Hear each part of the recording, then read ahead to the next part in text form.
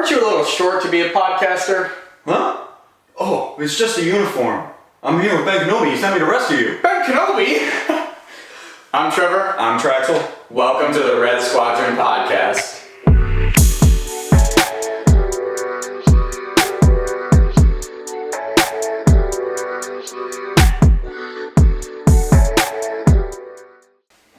Welcome back, guys. Thank you for joining us for week 4. It's been a lot of fun. It has. I'm glad that we're still going. It's something that we want to keep doing as long as you guys are enjoying it and we're having fun with it too. Mm-hmm. So we got backlash, if you would say, a little bit from some people that know us, that we made the comment that not many villains are fleshed out in Star Wars. Yeah. I know I have some things to say about it, but what do you have to maybe say about that, Trax? Well, we talked about it, and I still feel the same way. There are not villains that are fleshed out. If you look at, especially in live-action movies, Maul, 1 episode, done. He just has 3 lines. Yep. We don't really know him. He looks scary. He has a awesome lightsaber. Yep. But other than that, there's nothing really to him. Dooku, he lasts a movie and a half, and all we know, he was a former Jedi. And then obviously we have Vader, and he's very fleshed out. I mean, he is pretty much the main character of the whole saga. Mm-hmm. But Palpatine, he doesn't really, we see how he rises to power, but he's just evil the whole time. Even in Phantom Menace, it's like, you can tell he's still Palpatine, he's evil. Yeah. I don't know what his motivation is, how he became a Sith, who trained him, Plagueis obviously, but we don't see that. Yeah. Yeah, that's just my personal opinion. I don't see them being fleshed out a lot. And I think like when we made that comment, we were mainly referring to the movies. Like the things that I jotted down, like Maul is fleshed out when you include all of the media. Mm-hmm. And I think we both agree on that. Like Clone Wars has a lot of depth. You know, Rebels, some really great scenes with him. He makes appearances in like Solo. But again, I think when we spoke on that, we were mainly referring to like the movies and how if you just watched the main Skywalker saga, most villains only last about a movie. Like you said, like Maul, 1 movie, Dooku, movie, and like a quarter even. Yeah. Maybe not even a full half. Like and you don't learn much about their background. Palpatine is just like the bad guy, but he's not a big part of it. No. He's just there. Empire Strikes Back, he is in for only a couple of scenes, and you're like, oh my god, this guy's, he controls Vader? Yeah, so he's got to be bad. But like, and Vader is only fleshed out if you count Anakin as Vader. Yes, absolutely, that is true. And like 100%. His character, the duality of the character is fleshed out, but Vader himself, not as much. Yeah, just taking the original trilogy, when it came out, Vader's not fleshed out. If we're looking at like shows and stuff, again, Maul is fleshed out. The other one that kind of came to mind is like Cad Bane, but I'm going to say, in my opinion, Cad Bane's not a villain. No, I would Bounty hunters are not exclusively evil. And I think you see morals in Cad Bane with how he deals with children, women a little bit, and that he typically, I mean, he's not afraid to kill, but it's related to his job and his mission. And he saved Obi-Wan in the box episode. Yes. Like, he clearly is not just some stone cold killer bad guy. He has morals, like you said. And Boba Fett we see has morals. Yep. With how he interacts with the Tusken Raiders. Mm-hmm. And his whole show in general, you see that he's actually not really the bad guy. If anything, he's an anti-hero. Yeah. So I just don't think movie-wise there's a lot of fleshing out of the villains. And you also got to remember that list was initially based on our favorite characters we just brought up. Oh, we didn't pick any villains. I would honestly say the only one has a good enough flesh out to be considered a favorite, in my humble opinion, is Maul. And that's, again, if you take all of the media. I 100% agree with that. Maul is up there for me, too. There are a lot of comics that flesh out these characters, but if you're just taking the pure media aspect, it's not. Grievous, I wish they would. He has such a cool backstory in the comics, and I wish they would show that more. You see it a little bit in the Clone Wars, but if they dove deeper into that, I think it would be really cool. Yeah. So I would agree. Just that's our take on villains, I think. we had a fan question that we wanted to make sure we addressed. We both have a swimming background, so this is a fun question for us. We got asked if Din Djarin, so the Mandalorian, could do breaststroke successfully. I took it as if he could be decent at it without his armor. I have a great answer, but what are your initial thoughts? Well, as the breaststroker of the two of us, I don't think he could do it successfully necessarily. I mean, I've never seen him necessarily swim. The only time we see Din Djarin in water, he got knocked out and he was sinking all the time. I mean, that armor is clearly pretty heavy. I mean, and we're doing no armor here, but I still don't think he would be that good at it. Yeah. I don't know. But I'm curious to see. I did a little research, actually, folks. Okay. So I looked up the average height. I don't know where they get the statistic. The average height of pro male breaststrokers. It said it was 6 foot on Google. Din Djarin comes in at a mean 5'11". So, not to mention the armor, the weight means he's got to have strength after wearing it all these years. Yeah. So I think he possesses the physical traits to do it. When it comes to mentality, I think he's very teachable because he grew up in a whole different culture and then he became the Mandalorian, right? So he is very moldable. He learns to go from wherever he was from. I don't really know. Yeah, I don't think they say. And he goes from that to hardcore Mandalorian. Like, this is the way, I follow these rules. This is who I've become and I've really embraced. And you see him struggle to break that. So he's very teachable from that aspect of it. So I think given time, he could do it successfully, and I think he possesses the physical qualities, according to Google, to do it successfully. So you did some research. I'm like over here just winging it, but yeah, I agree with everything you said. Honestly, I mean, obviously he's probably a ripped guy. Yeah, he has the physical attributes to do it, but if you just threw him in some water and said do breaststroke, I don't even know if I know what that is. And if this is all if you took him into our world. Who knows if there is there competitive swimming in Star Wars? What do you guys think? Do you think there's competitive swimming in Star Wars? All the different sports there are in Star Wars, like pod racing, that droid kind of football game, and and stuff. It's more like soccer, I think. Or it's I don't know. They were a big hit. I remember that. Wait, yes, I think it was football. Actually, now that you're saying that. Yeah, that droid got laid out. Yeah. But one thing, no armor is unrealistic for him. He's got to at least have his helmet on. That's fair. Okay. Or else you're not going to be able to teach him. Yeah. So that actually might help with the head throw and the lean. If you can get that momentum going. That's that weighted forward. So I personally think, given the time, and you took him into our world, I think it could. I don't know if I agree with Google's stat, by the way. 6 foot seems a little. I think that's pretty tall. I think Adam Peaty's taller than that. He's a big breaststroker. He's not that tall, Adam Peaty. He's not that tall, is he? I don't know. I just feel like maybe it is a breaststroke thing. I mean, I'm 6 foot, so I mean, I guess that's why I was good at it. Yeah, there you go. There you go. So, short answer, I think so. Short answer, I do not think so. There you go. Debate it out in the comments. When we come back, we're going to have our main topic today, and our main topic is recently kind of news broke that Rey Skywalker would be returning as a character and leading some movies, so we're going to talk about our thoughts on that and what we'd like to see. Rey Palpatine. Thanks. Welcome back to the Red Squadron podcast. As mentioned, we are going to be discussing the new Rey trilogy that is scheduled to come out in a few years. Trevor, I just wanted to ask you, what is your thoughts, or what are your thoughts on the new Rey trilogy? What do you want to see from it? What do I want to see from it? I put a lot of thought into this. First, I want to say, generally, I'm actually excited. I'm a firm believer that I want to see the universe that I love expand.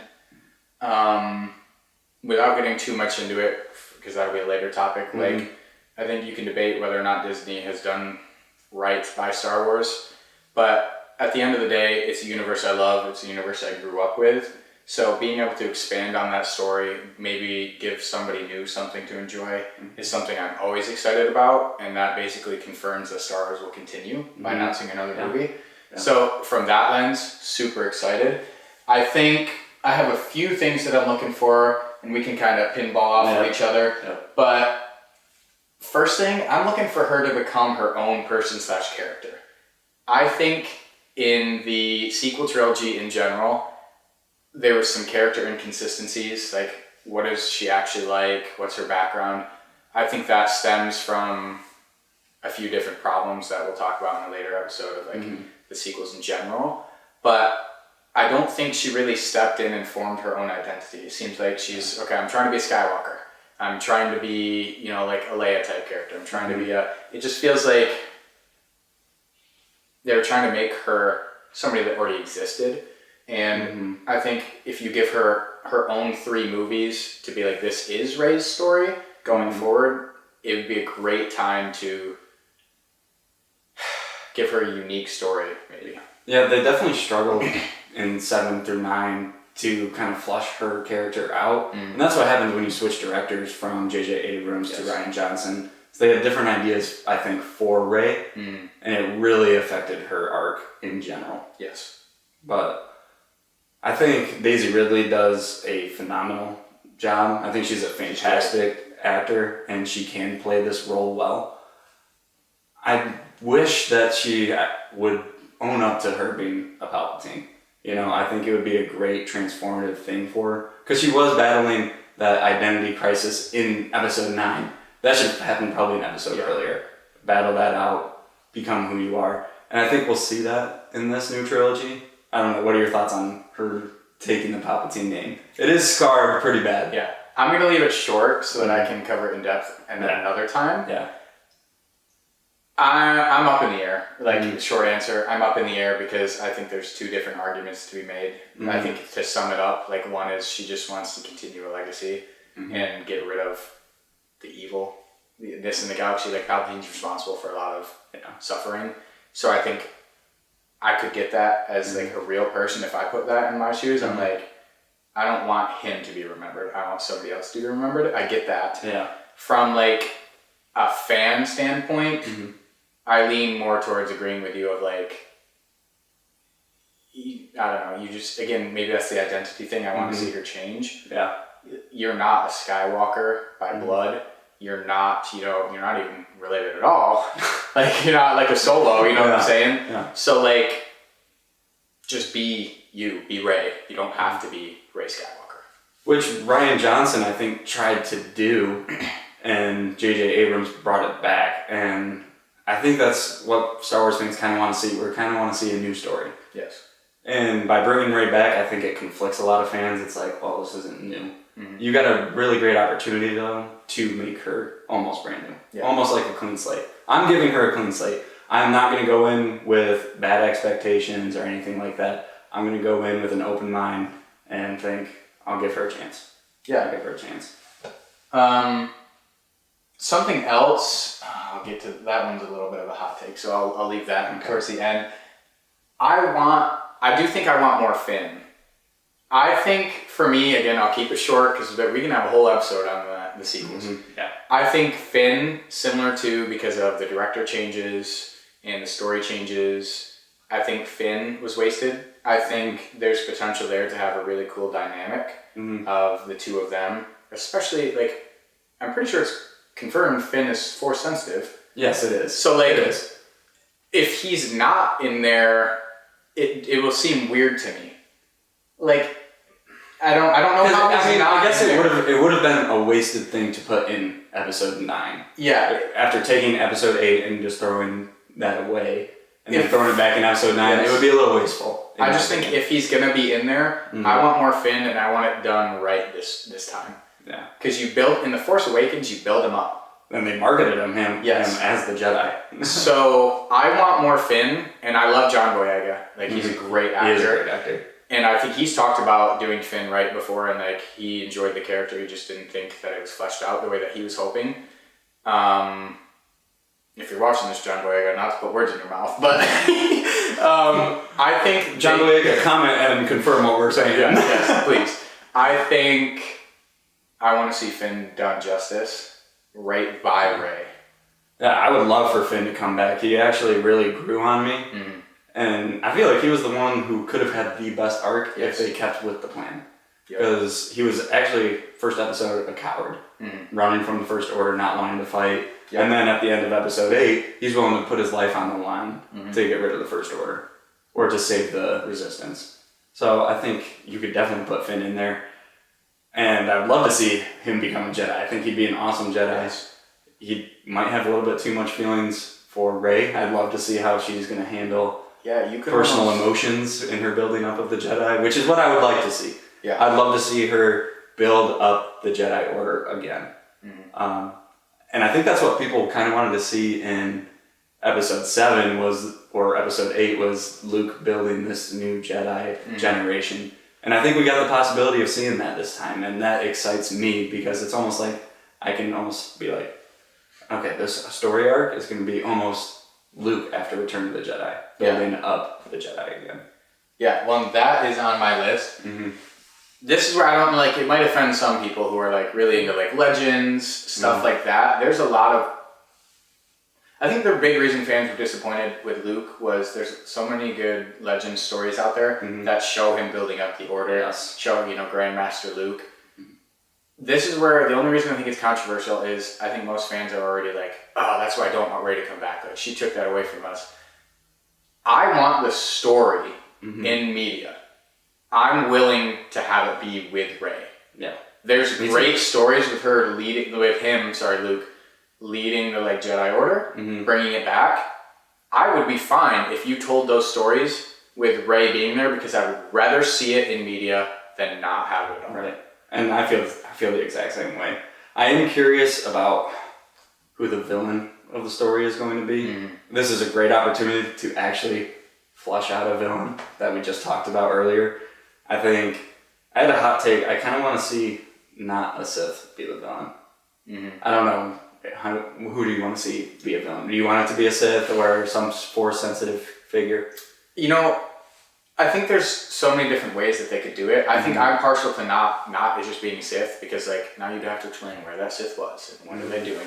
And like I think the villains is going to have to be a familiar face or not that comes through the Order.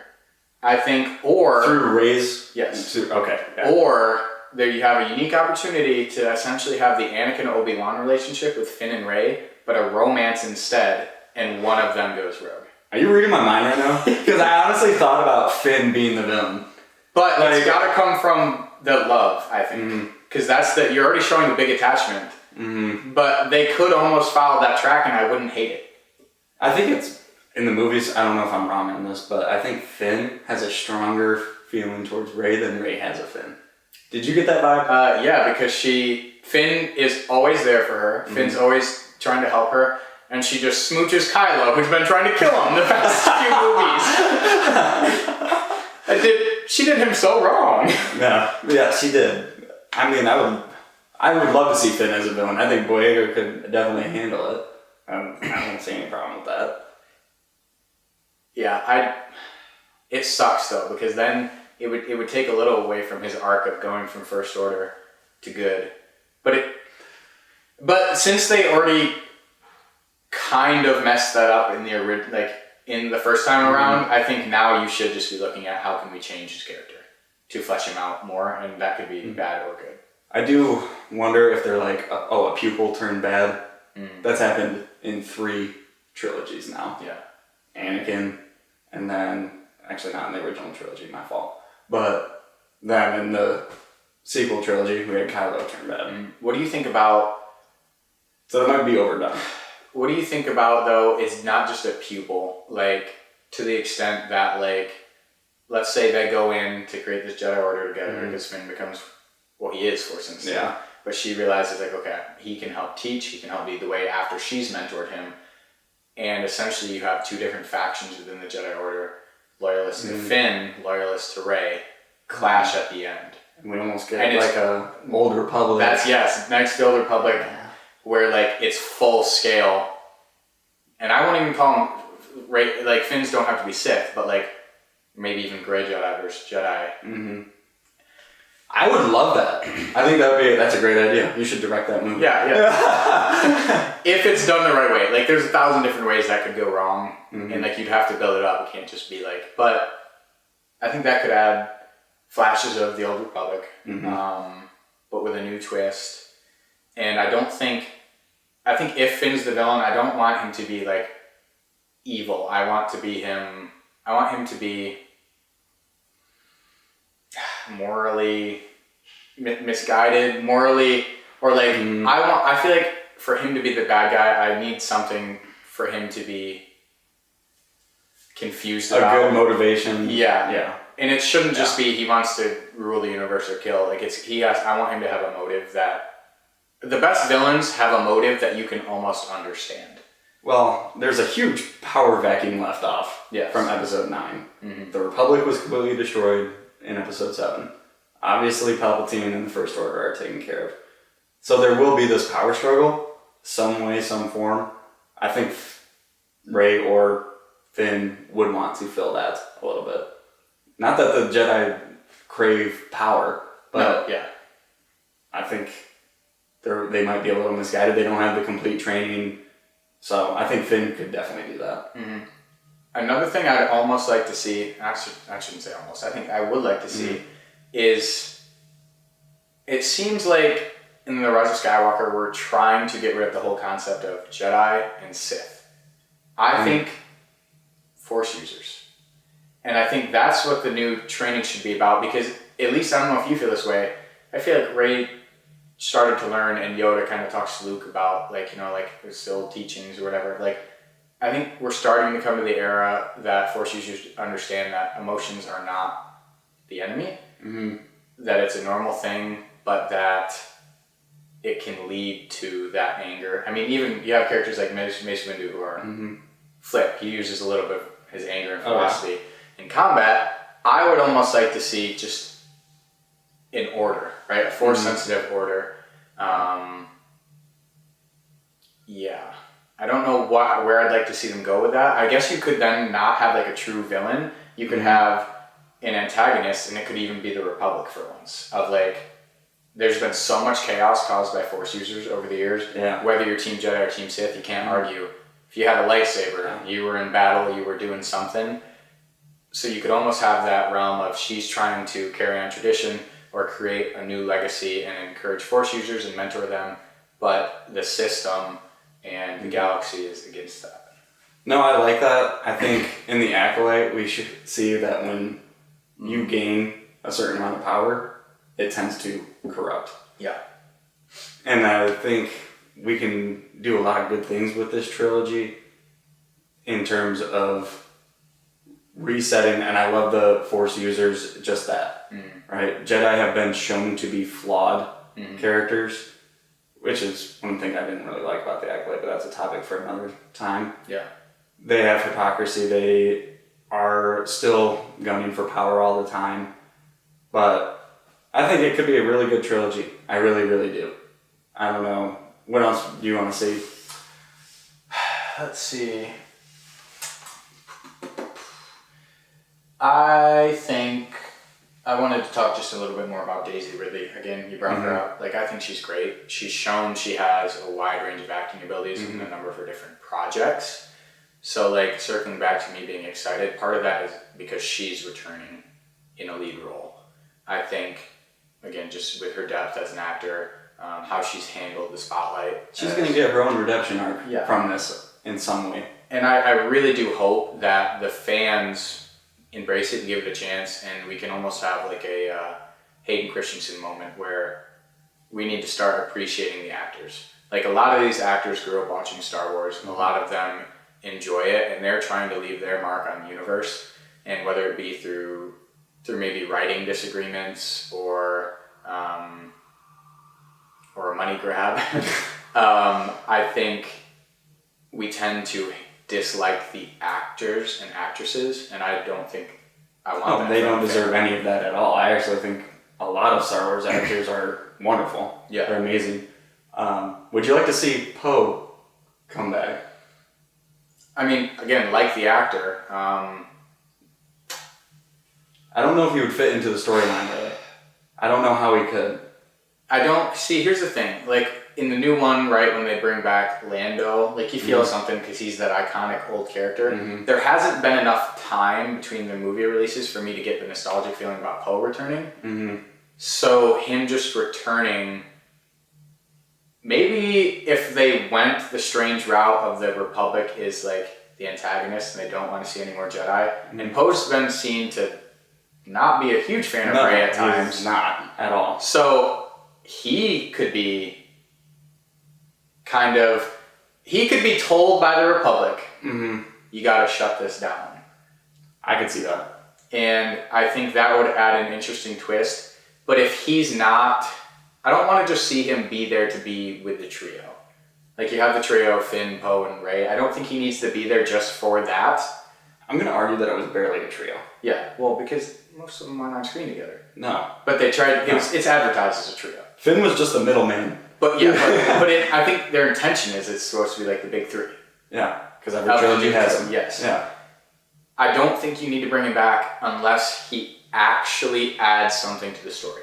I would love to see the actor again, so if they found a way again to include him, whether that be in the he returns third movie for a savior role, so when that's done right, it's great. Or I think he needs to be a big part of it, but create friction. I don't think it doesn't make sense for him to be at Rey's New Order if they go Jedi Temple. Doesn't make sense for him to even be there often. No. I hope we see. I would love for Mark Hamill to come back for some Force appearances. I think that would be interesting to help Rey build the temple. So let's just go back to what we were saying. We might be able to see Luke build up the temple a little bit, but not in the way that we anticipated. I almost wonder what the prerequisite is to seeing a Force ghost. And can anybody Force sensitive see them? Because maybe this is crazy. Like, could we not just have Yoda and Luke teaching at the Jedi Temple in some capacity? I mean, they're all Force sensitive, so I would imagine that right. That's like, see them. This would look to be cool. It'd be a little bit of fan service, but picture like Jedi Temple. You got like their equivalent of whatever the new holocrons will be, the knowledge, and almost like a Harry Potter where like there's live pictures of ghosts. You see like alive people walking around, but then you also see Force ghosts roaming the halls. But I do wonder. Towards the end, Yoda and Obi-Wan are kind of let the Force do its thing, right? So I don't know if they want to be super involved or get involved. Yeah.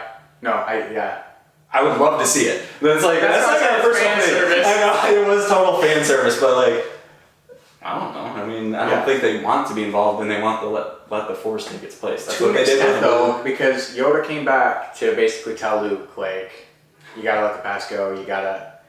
Yeah. So it depends on what train of thought you're and like Obi-Wan mentored Luke in the original a little bit as Force Ghost. Yeah. Yeah, that's true. I also just thought about this. This could be a banger. Let me cook a little bit. What if you've ever seen Avatar: The Last Airbender, what if the issue of the 3 trilogies is some Force user is led astray and they somehow erase all the Force ghosts? So if you went my route of like Force ghosts are interacting with the current order, right, and you're trying to mentor and create a better system, and you're using that to learn from the past almost, somebody's led astray, cut the connection. No more Luke, no more Yoda, no more. It would definitely be a dark side power. Yeah, that's right. So that would be interesting.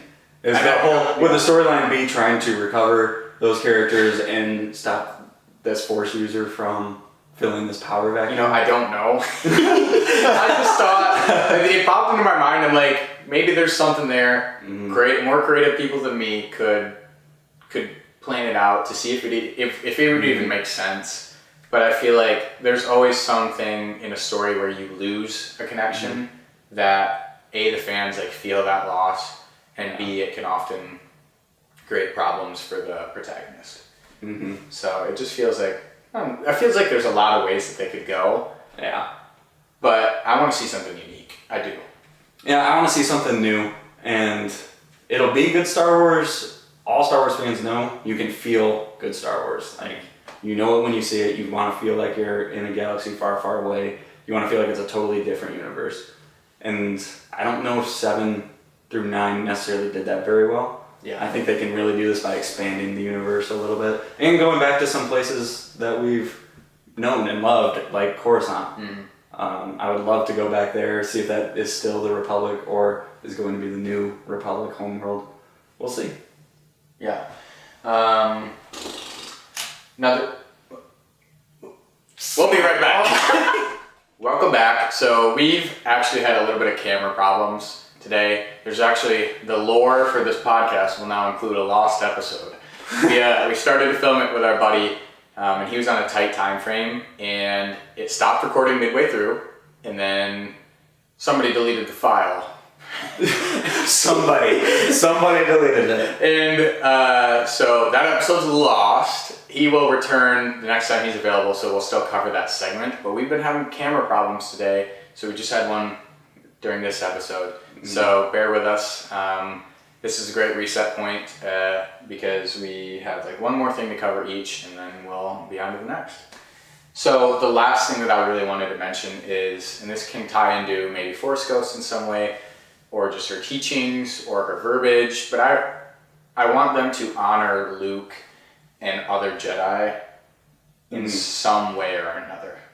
I think when we thought about 7 and 9, we were all hoping, where's Luke at? What's he doing? Mm-hmm. And they're starting to show this in like The Mandalorian and shows like that like he did have an order of his own. Mm-hmm. I want to see them honor the good that he's done for the Order, for the galaxy, and for Force users. I just don't know the best way to do that. I mean, I think it's pretty simple. You just put a shrine of him in the temple. Yes. Something like that. But you want to see Luke's teachings come through to Rey. I think you want to see a little bit of Luke in Rey. Mm-hmm. The problem with 8 was his teachings were not very fond of the Jedi or the Jedi Order. Yep. And Rey learned all of her Jedi knowledge through Leia. Mm. So I think there's a chance that they push Leia a little bit more to the forefront. Are you saying Luke. she learned all her Jedi stuff through Leia? What do you mean by that? I mean, Leia was her master. I mean, yeah, that's what she says.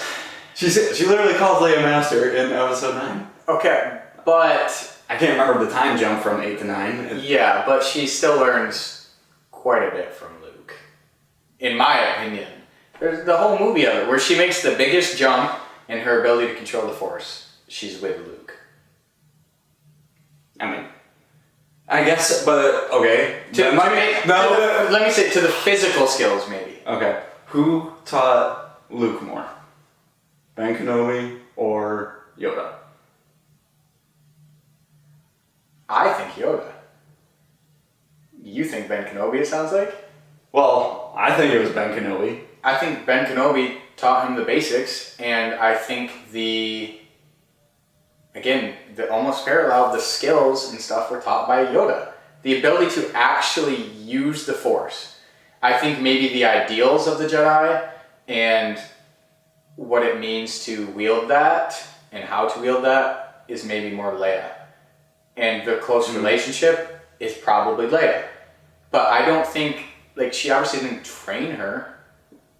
You're saying Rise of Skywalker, she has that, like, training course. I mean, yeah, I think Leia spent more time with Rey, I guess is my point. Okay, and that's where we can agree to disagree. That's where I'm saying Luke taught her the physical traits, the combat, and a little bit about the ancient Jedi.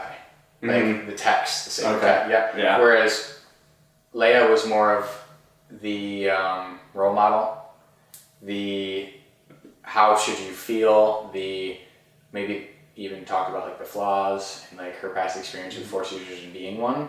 Yeah. But I think Yoda and Luke got their pupils in touch with the Force a little bit. I think Luke just expanded Rey's knowledge a little bit, and then she really blossomed up under Leia's teachings, to be honest. You guys should debate this in the comments. Yes. I don't disagree that they both had good parts. Mm-hmm. I think I'll agree to disagree that I think Luke is skewed more and you're more skewed Leia. But anyway. Yeah. I mean, because I'm thinking about it, Luke only spent a day with Yoda. He didn't go back to finish his training with Yoda. They don't specify it's a day though. It could be more. There's like a montage, and anytime a montage is used, more time has passed. Typically. Okay, it's a film scale. Yeah, but he teaches him again. I don't know. It's fine. Go on with what you were saying. Well, I mean, Rey definitely only had a few days with Luke tops. That's it. She spent probably a year with Leia. That's my whole point. I think yes, Luke opened her Force abilities a little bit more, but I do think Leia was the key in getting Rey to reach her potential. I think the original question is about how to honor Luke, and you think they should honor Leia, and that. Well, I don't think they should honor Leia. I worry that they will. I worry that they will. But I think they could do both. I mean, you could have a statue of both, hand in hand, because they're the Skywalker twins. Yeah. But for the Jedi Order and Jedi as a whole, Luke has done more. Yes, I would agree with that. I'll agree with you there. So that's why done more. I think that would be cool to see. And I think what Luke was onto that some people don't like as an old man is he started to see the crap side of the Jedi, and he was too negative about it. Mm-hmm. But that's where it's that circles back to they should just be Force users, because I think even Luke started to learn that the Jedi are held up to a high pedestal, and when you start to look at them, they have flaws just like anybody. So I think you have to honor some of that, and I hope she picked up some of that. I don't think you're trying to recreate the prequel Jedi Order. Had too many flaws, had arrogance. And that's the point I was making with the Acolyte. It's they had flaws for years. Yep. Years, covering up antics that they would get. I'm I didn't really like that because I wanted to view the Jedi as all good. Mm-hmm. And it was a quick transcendence that the war made them into this hypocritical, power-hungry Jedi Order. Yeah. I didn't want to see that it was just always there. Yeah. So I think if they want to name themselves Jedi, it's a new Jedi Order, that's great. But what I'm saying is it should be a new brand of Jedi. And where it's not as plain as dark side and light. The new Force users are called Jedi because I think it's clear she wants to continue the legacy of the Jedi. Mm-hmm. When she's I'm all the Jedi, Yeah. Yeah. But I don't know what public opinion is of the Jedi though. That's why I'm saying there could be the antagonist could be the Republic. Yeah. The Jedi have arguably caused all these problems. Yeah. I also don't know where you go from the last scene. Or I guess maybe it's not the true last scene, but the scene where the rest of the galaxy all shows up in their ships to battle the First Order, or what were they called? The Exegol Army. The what? I don't know. I just said the Exegol Army. That's what I'm gonna call it. Okay. They all just leave. Apparently, they got thousands of random people to show up through a little voice message. Yeah. So. Yeah. I don't know. We'll see what I think they should go a time jump route. I don't think you go a year after. I think you go 5. But so as Rey's built up her temple a little bit, or I think she has the location. I think off screen Finn has grown a little bit because if they had done the other movies the way I would have liked, he would already possess some Force ability. Yeah. And again, I think you have it just being established, and now they're going to find more students. But yeah, I would like to have a few pupils. I think I still want it at the beginning stages. Yes, because you can't just go and grab a bunch of Padawans. That's child trafficking. Yeah, the Jedi did that a little bit, but it didn't work out too great. Do you have any final thoughts? I think Star Wars fans should just keep an open mind with this. If you go in with bad expectations, I think you're going to be disappointed. I think there is a bad stigma right now with Rey, so try to wipe that slate clean and just see what happens. I think it could be a really interesting story. I agree, 100%. I think Star Wars sometimes has been called toxic fandom.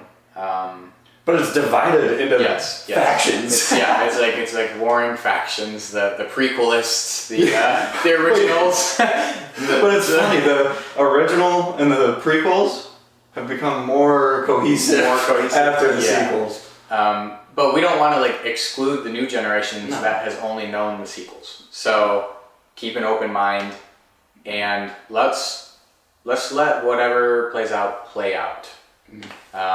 Don't be the guy that boycotts it. Let's all enjoy some Star Wars media together and talk about it. Yeah. If you're a Star Wars fan, you go see everything Star Wars, regardless if you're excited for it or not. Yeah. Yeah. All right. Well, that is it for us on this time. And we'll see you next time. See ya. See ya.